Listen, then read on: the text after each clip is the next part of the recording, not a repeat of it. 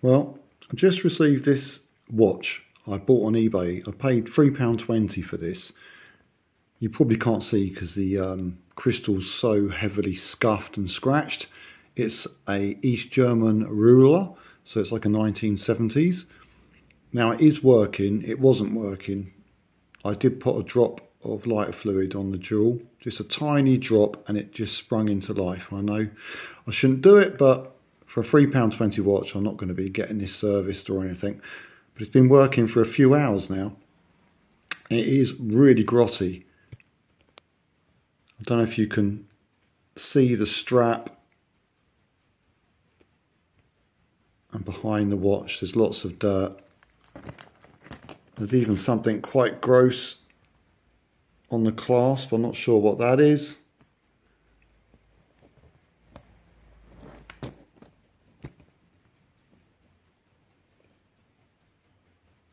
Yeah, so you can see that it's going to need a bit of a clean up. So I'm going to give it a clean up, see if I can get the crystal a little bit clearer. I'll just use some whitening toothpaste and a microfiber cloth and a bit of Windoline. Just see if we can improve that a little bit and just clean up the watch a bit. But it's kind of basically working. I mean, it really is grotty. Yuck.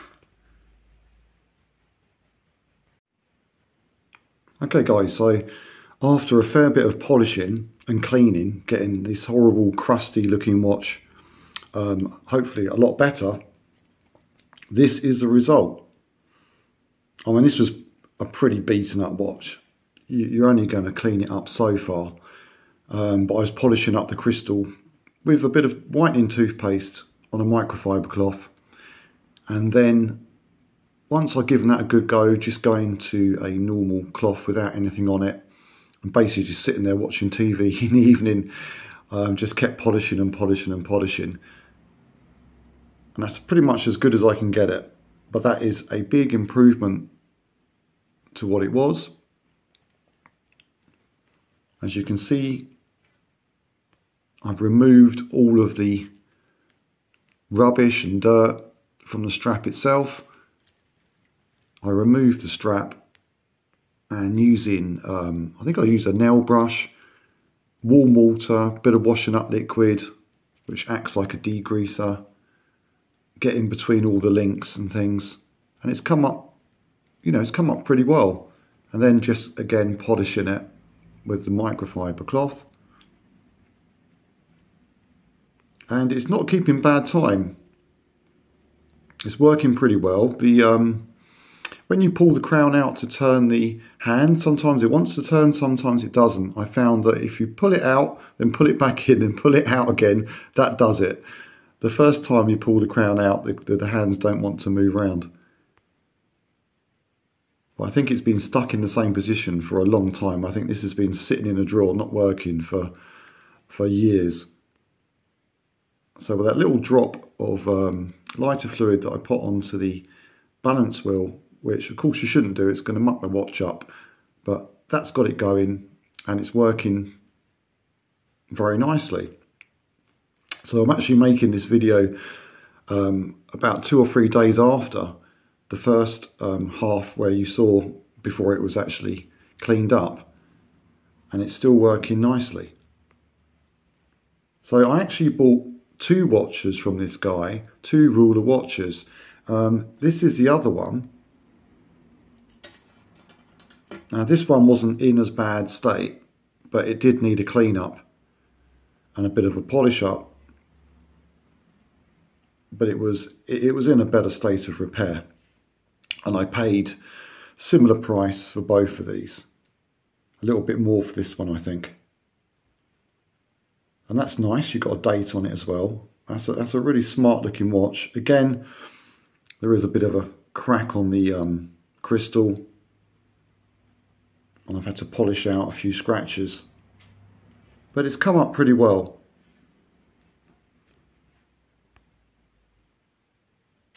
And it was the same story with this. It wasn't working. I just dropped a little bit of lighter fuel, just a drop, onto the balance wheel, and it just sprung into life, and it's been going well ever since. And these are such cheap watches. There's no way I'm sending these off to be serviced. I haven't got the proper screwdrivers and things to do it here. Maybe one day I will invest in a proper professional set of screwdrivers. The ones I've got just aren't up to the job. But with these very, very cheap watches, I'm happy to just drop a little bit of lighter fluid in there, see if I can get the thing going. It's not something I'm going to wear too often, so just getting it working in some sort of fashion is quite nice to see it. And it's actually keeping pretty good time, so we'll see. It's a few days down the line and it's still working.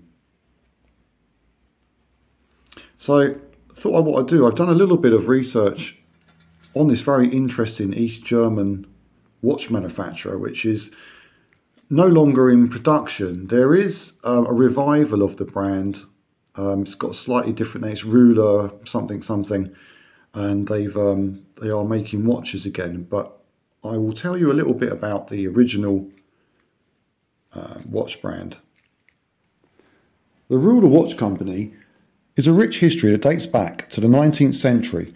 Ruhla is a German watch brand that was founded in 1862 in the small town of Ruhla in Thuringrad, Germany. The company initially started as a small watchmaking workshop, but quickly grew to become one of the most renowned watch manufacturers in Germany. During its early years, Ruhla primarily produced pocket watches even, and later expanded its range to include wristwatches. The company gained popularity for its high-quality timepieces and precision craftsmanship.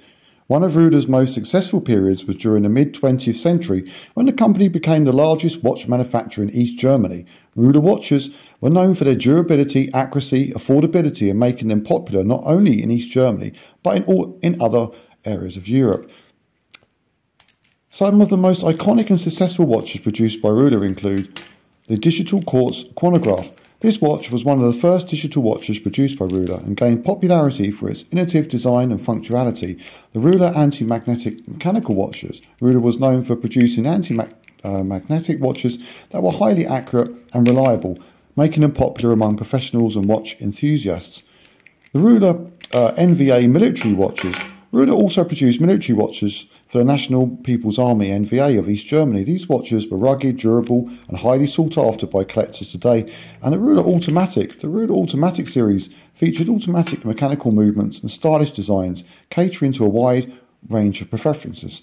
Despite its success, the fall of the Berlin Wall in 1989 as the subsequent reunification of Germany led to the decline of Ruhla Watch Company. The company struggled to compete in the new market economy, and production eventually ceased in the early 90s. Today, Ruhla watches are highly collectible items cherished for their historical significance and craftsmanship. While the company may no longer be in operation, the legacy of the Ruhla watches lives on.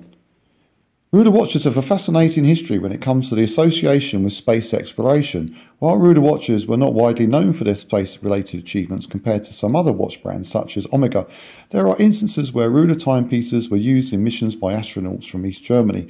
One notable example is the Ruhla chronograph watch that was used by the East German cosmonaut Sigmund Jähn during the Suez 31 mission in 1978. Sigmund Jähn became the first German in space and spent several days aboard the Suez 31 spacecraft wearing his Ruhla chronograph throughout the mission.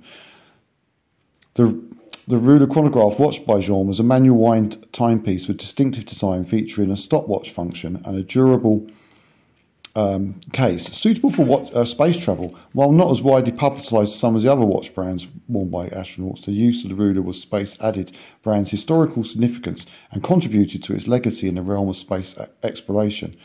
The association with the Ruhla watch's space missions highlights the brand's reputation and producing reliable and functional timepieces that were trusted in demanding environments, including extreme environments.